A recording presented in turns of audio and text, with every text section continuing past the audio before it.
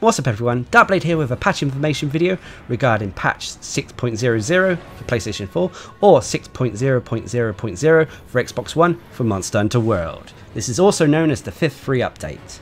As you can tell, this is for console versions of the game, and it will be about 1.72 gigabytes for PlayStation 4 to download, requiring about 5.8 gigabytes of free space, and for Xbox it will be about 1.28 gigabytes to download, requiring about 8.44 gigabytes of free space. This patch brings with it new content and addresses quite a few bugs that Monster Hunter World still has. In the forms of new content, it brings with it the Witcher 3 Wild Hunt collaboration event, or at least part 1 of it. This gives us a special assignment where we play as Geralt of Rivia and gives us an opportunity to take on a new monster from the Witcher franchise, and it gives us opportunity to craft armor and weapons based on Geralt of Rivia and the Witcher series. But this video is not about the Witcher event. That is going to be covered in the complete guide that should already be up on the channel. Instead though, we're going to talk about the major additions, changes and bug fixes to the game.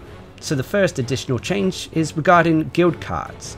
Certain poses and expressions cannot be selected when using a full armor set or layered armor set related to the Horizon Zero Dawn or Witcher 3 collaboration events. If you have these poses or expressions already selected, please note that they will be reverted back to the default cross-armed pose and expression 1 pose. A slight minor change to our guild cards there.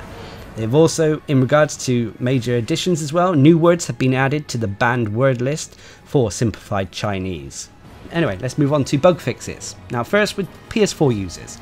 A bug has been fixed that allowed players to use items unintentionally.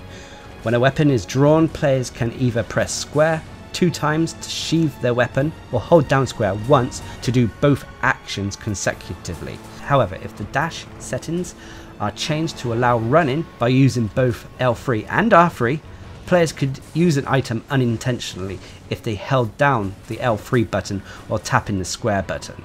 This has been fixed, and tapping the square button will now not consume an item if the player is holding down the dash button via L3. The same applies for Xbox users, however instead of L3 and R1 it was via the left stick and right bumpers. Anyway, next a bug has been fixed that caused speed crawler effect to stop working properly after the last update. It is now working as intended. But let's move away to weapon changes and bug fixes. First with the dual blades hammer, hunting horn, insect glaive, light bowgun and heavy bowgun. They've addressed the bug where the neutral attack would be performed when a player executed an attack with the left stick and the action button while the player's character was in the middle of a turning animation. However, when a player's character performs a charged upswing or charged brutal upswing when turning while charging power, the design of the attack adds upward movement to the player's motion when the game determines that they are holding the left stick forward. In this situation, players can perform the charged upswing if they input the attack fast enough. This is not considered a bug. Next with the switch axe, they've fixed a bug where the damage bonus from the assassin's hood, the Assassin's Creed mantle basically, only applied to the first attack of the switch axe's left rising slash in sword mode instead of all 3 attacks. With the charge blade, they fixed a bug where the visual and sound effects of the condensed elemental slash would play during a rising slash when a player released the triangle button or Y button just before the condensed elemental slash finishes charging. And with the insect glaive, they've addressed a bug where the quick sheath skill would not activate when sheathing the weapon while the kinsect was out flying. And finally with the light bowgun and heavy bowgun, they fixed a bug where the ammo listed with a fast or normal reload speed would not automatically reload while aiming the bowguns and pressing triangle or Y just after aiming the weapon. It is now being fixed that it will automatically reload like ammo with a slow or very slow reload speed. Anyway, next we'll move away from the weapons to talk about just generalized bug fixes. First, one of the previous updates accidentally changed the effective sound range of some slinger ammo, making it difficult to lure monsters.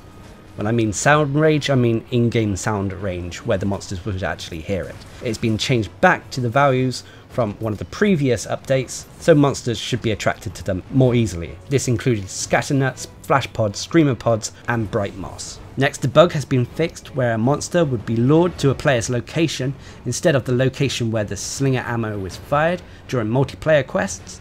They also addressed a bug that fixed the Arch-Tempered Kulftroff Shah weapons with the critical status skill, where the abnormal status values weren't corrected properly when a critical hit was landed. This means that's how critical status weapons from Arch-Tempered Kulf should be viable now. They also fixed a bug on the Arch-Tempered Kulftroff Shah weapons with the critical element skill, where the elemental attacks were corrected using both elemental damage values and abnormal status values when a critical hit landed. They also fixed a bug that allowed those playing the Arch-Tempered Kulftroff Siege to receive siege rewards without breaking horns if they were online for over 8 hours and playing the siege at the 8-hour mark.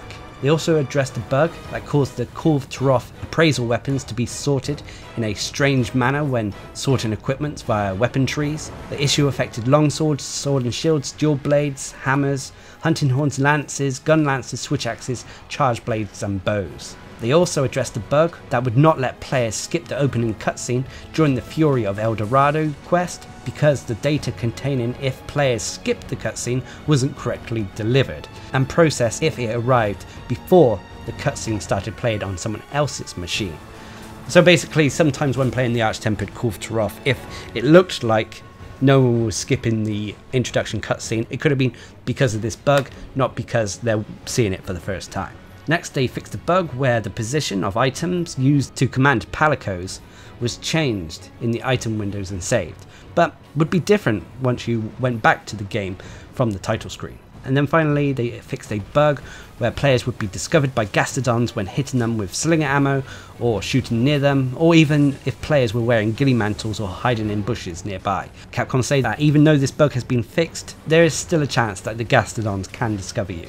But anyway, that's about it for the bugs that they've given us details on. Of course, there are a few minor bugs that fix stuff going on in the background, as well as localization bugs to certain texts.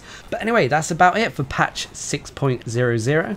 What are your thoughts on it? Leave a comment down below, and until next time, I've been Darcblade, bringing you a patch information video regarding the 5th free update in Monster Hunter World. Hope you enjoyed the video, thanks for watching, subscribe and like for more.